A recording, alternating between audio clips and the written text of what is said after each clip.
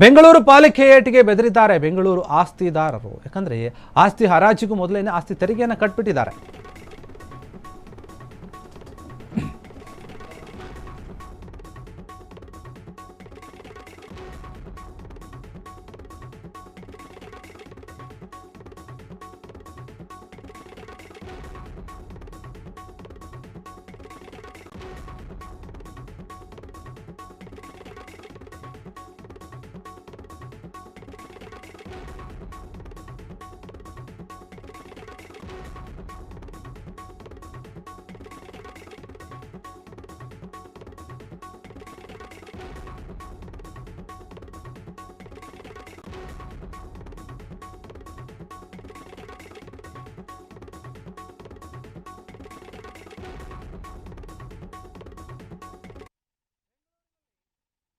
ಪಾಲಿಕೆ ಏನಿದೆ ಒಂದು ಕಟ್ಟುನಿಟ್ಟಾದ ಕ್ರಮವನ್ನು ತೆಗೆದುಕೊಂಡಿತ್ತು. ಅದರ ಏಟಿಗೆ ಬೆದರದಂತೆ ಕಾಣ್ತಾ ಇದ್ದಾರೆ ಬೆಂಗಳೂರಿನ ಆಸ್ತಿದಾರರೆಲ್ಲರೂ ಕೂಡ.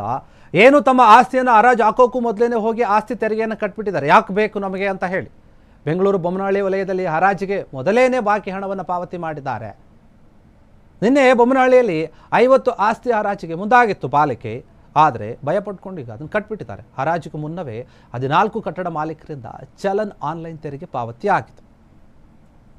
ಹಲವಾರು ಬಾರಿ ನೋಟಿಸ್ ಕೂಡ ಕೊಟ್ಟಿದ್ರು, ಈ ಒಂದು ತೆರಿಗೆಯನ್ನು ಕಟ್ಟಿ ನೀವು ಅಂತ ಹೇಳಿ.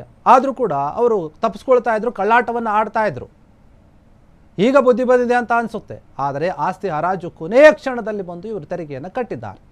ಸುಸ್ತಿದಾರರು ಆಸ್ತಿ ಬಾಕಿ ಉಳಿಸಿಕೊಂಡವರ ಆಸ್ತಿದಾರರ ಆಸ್ತಿ ಹರಾಜನ್ನು ಹಾಕೋಕೆ ಪಾಲಿಕೆ ಎಲ್ಲ ರೀತಿಯಾದಂತಹ ಸಿದ್ಧತೆಯನ್ನು ಮಾಡಿಕೊಂಡಿತ್ತು. 5 ಪಾಲಿಕೆ ವ್ಯಾಪ್ತಿಯಲ್ಲಿ ನಡೀತಾ ಇತ್ತು ಹರಾಜು ಪ್ರಕ್ರಿಯೆ.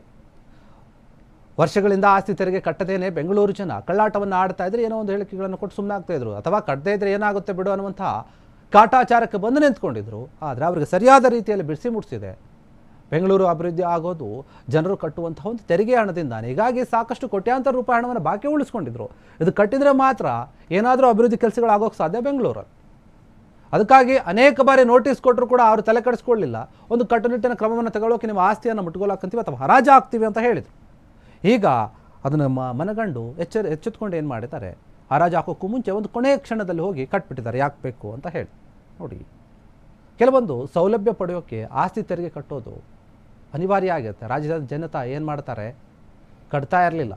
GBA ಅಧಿಕಾರಿಗಳು ಹರಾಜು ಹಾಕಬೇಕು ಅಂತ ಹೇಳಿ ಎಲ್ಲ ಸಿದ್ಧತೆಯನ್ನು ಮಾಡ್ಕೊಂಡಿದ್ರು. ಹೀಗಾಗಿ ಕೊನೆಯ ಕ್ಷಣದಲ್ಲಿ ಹೋಗಿ ಅವರು ಬಾಕಿ ಉಳಿಸ್ಕೊಂಡಿದ್ದ ತೆರಿಗೆ ಹಣವನ್ನೆಲ್ಲವನ್ನು ಕೂಡ ಕಟ್ಟಿದ್ದಾರೆ. ಇದರಿಂದ ಒಂದು ರೀತಿಯಾದ ಭಯ ಉಟ್ಕೊಂಡಿದೆ. ಈಗೇನು ಕಟ್ಟಿದ್ದಾರೆ ಬೇರೆಯವರು ಕೂಡ ಇದನ್ನು ನೋಡಿ ಕಟ್ಟೋಕೆ ಬರ್ತಾ ಇದ್ದಾರೆ.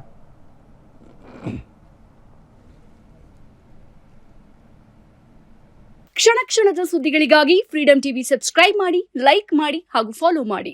ಹೊಸ ಸುದ್ದಿಗಳ ನೋಟಿಫಿಕೇಶನ್ಗಾಗಿ ಬೆಲ್ ಐಕಾನ್ ಮೇಲೆ ಕ್ಲಿಕ್ ಮಾಡಿ.